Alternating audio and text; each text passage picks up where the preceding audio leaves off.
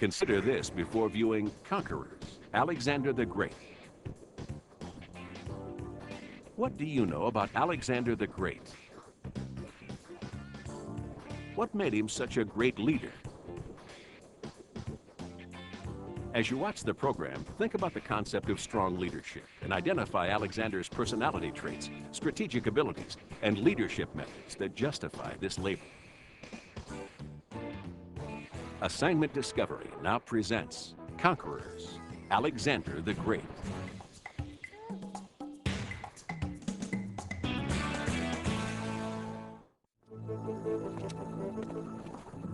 Out of the wilds of ancient Greece, a magnificent empire arose, the heroic vision of one man.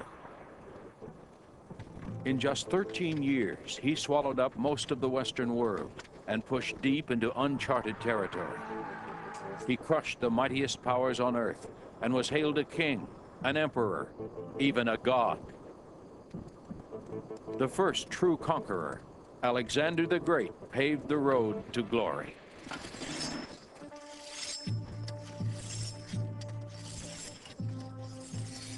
On a brisk autumn morning in 331 BC, a small but valiant band of warriors prepares for battle. Their enemy, an army 5 times their size and the most powerful force on earth, the Persian Empire. Their leader, Alexander, the fair-haired king of Macedonia, is barely 26 years old. For the last 4 years, he has led his troops from Greece to Egypt and conquered half the known world.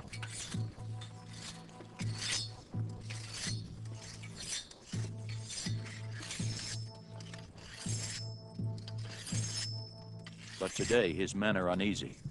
Already tired and homesick after a 2,000-mile crusade, they now face staggering odds.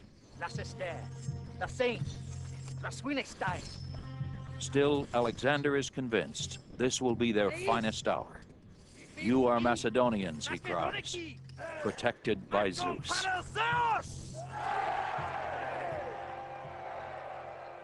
Alexander was born to conquer. The son of a warrior king, he is heir to a powerful throne.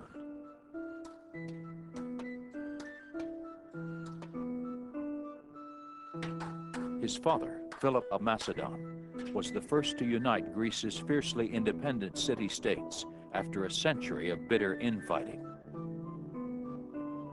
Alexander has to be tough enough to not only defend this new kingdom, but to avenge his country's honor. At his rugged outpost in Macedonia, Philip harbors a dream cherished by all Greeks.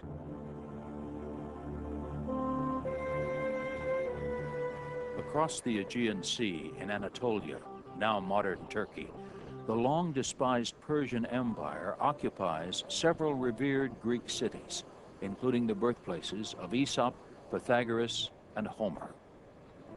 Philip is determined to punish the Persians for their invasion of Greece 150 years earlier by driving them out.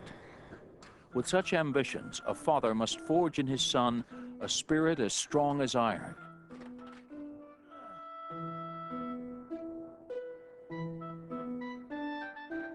But Philip also knows that a ruler has to have brains as well as brawn. He brings none other than the celebrated philosopher Aristotle from Athens to teach Alexander how to observe, reason, and think ahead. His lessons will make Alexander the first great strategist in military history. But it's an epic poem that fires the boy's imagination. Homer's The Iliad, an account of the Trojan Wars, is mythology with a message. In it, the Greek hero Achilles wins a bloody victory over Hector at the city of Troy. But Achilles is no brute. After the battle, he shows compassion by returning the body of his dead foe to his father, King Priam. Might tempered by mercy is an idea not lost on the young Alexander.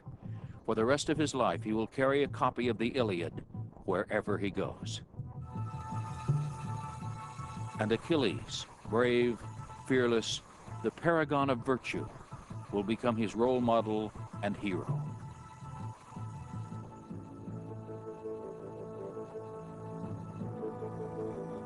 By the time he's 20, Alexander has already gone with his father on several campaigns to strengthen Macedonian rule over the rest of Greece.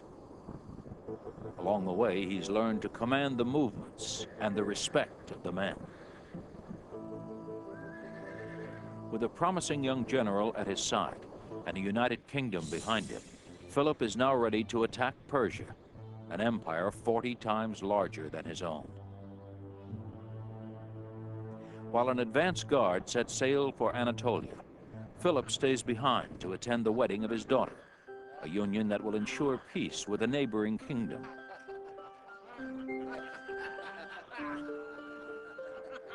On his way to the ceremony, Philip notices an old acquaintance, a former bodyguard. The king is greeted with a dagger to the ribs.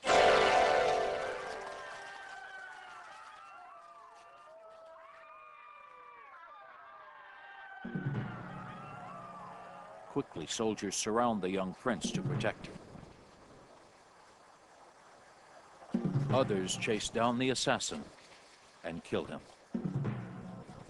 Only 21 years old when he ascends the throne in 336 BC, many question if Alexander has the stuff of warriors.